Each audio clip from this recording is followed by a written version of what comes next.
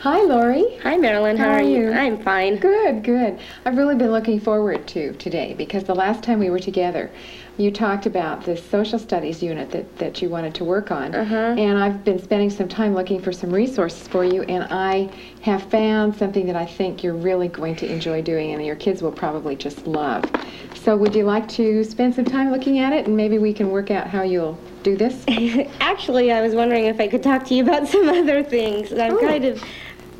We'll put that aside for right now. Okay. I'm just feeling really overwhelmed. I've got so much to do right now, and I don't know how I'm going to fit it all in before the end of the year. I just feel like I have this curriculum I need to follow, and I don't have the time to fit it all in. So you're feeling overwhelmed by all the things that you see that you need to do before the year ends? Yes. Okay. And you have a curriculum that you're responsible for completing this year? Yes. And you're worried about getting it in? Right. Okay. And is it about having time to do it, or is it about having materials? What exactly? I think it's the time and the implementation to make sure I have, so that I present it so that the kids get to learn it. I want them to be able to be ready for next year, and I don't know if I feel like I'm teaching them everything that they need to know for next year. Okay. I'm hearing a lot of concerns from you. I'm hearing that and you're feeling an awful lot of pressure about the time element.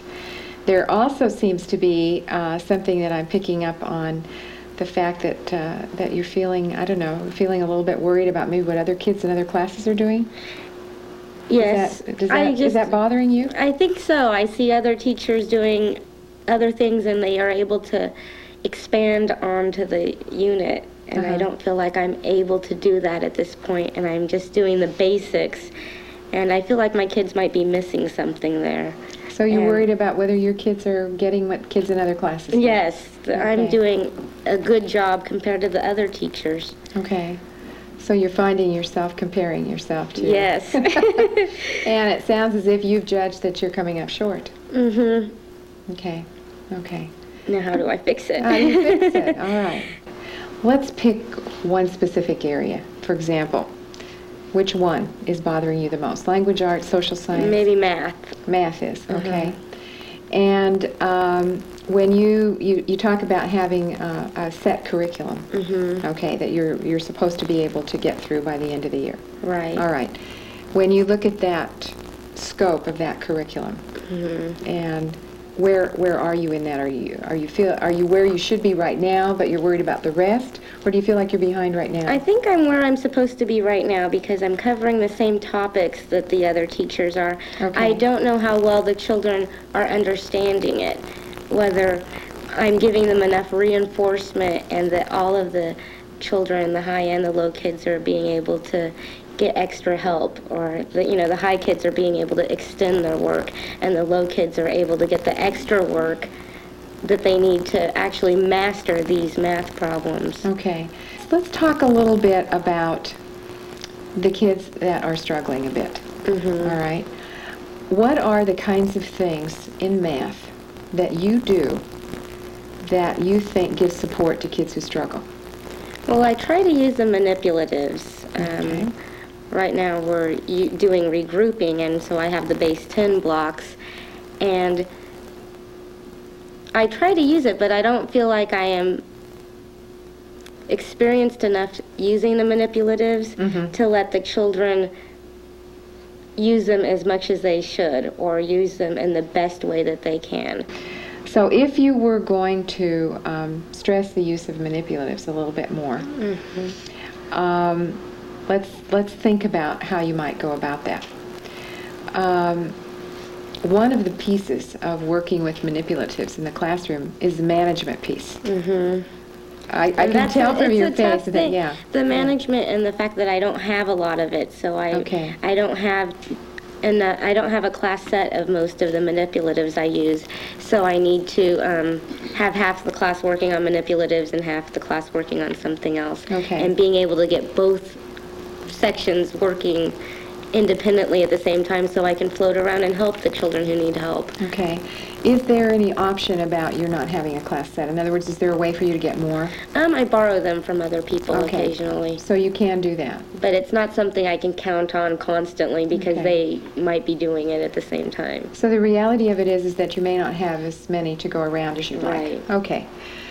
Then if you were to capitalize on the fact that you have some high students in your room, and you have some students who are getting the basics, and you have only enough manipulatives for half your class, what do you think might happen if you were to buddy up your students and maybe put some of your higher achievers in math with your lower achievers in math, using one set of manipulatives in a way that they share, with your higher students kind of modeling and demonstrating Right. for the others? What do you think might happen?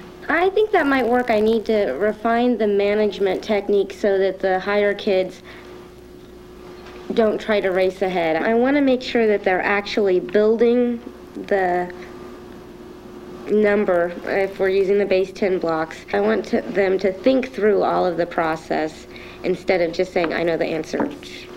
So your emphasis in their using the manipulatives is really on the problem-solving process more than it is the answer. It's, You know, I had an occasion to visit a teacher in a classroom the other day, and she'd been struggling with that very idea.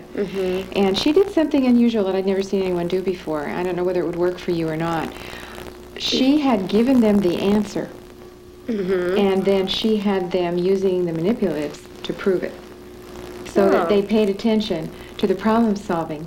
Right, how they got to the answer. And they had to agree with the answer, so they were actually still working the problem. right. But they already had the answer, so their focus was on the solution. I like that idea, and if you could even do wrong answers, and they can And disprove disagree. you. Yeah. That's a good idea. I like Okay. that one. And I like the idea that you added, because if you have some right answers and some wrong answers, they're really focusing on that process. process. To get at it. Yeah. Okay, so would it work if we said the next time that we meet, you'll have tried these things out that we talked about today, putting your higher students, your lower students together, focusing on using manipulatives, Right. standards for cooperation, and focusing on the problem-solving process. I think. Okay. Okay? And then when I come back next time, we'll look at some more extension activities for your higher level students. That would be great. Okay, and if you're worried about another content area, maybe we could address that next time. Okay. Would that work? That sounds great. Okay, good. Okay, See thanks, you next time. Marilyn. Bye-bye.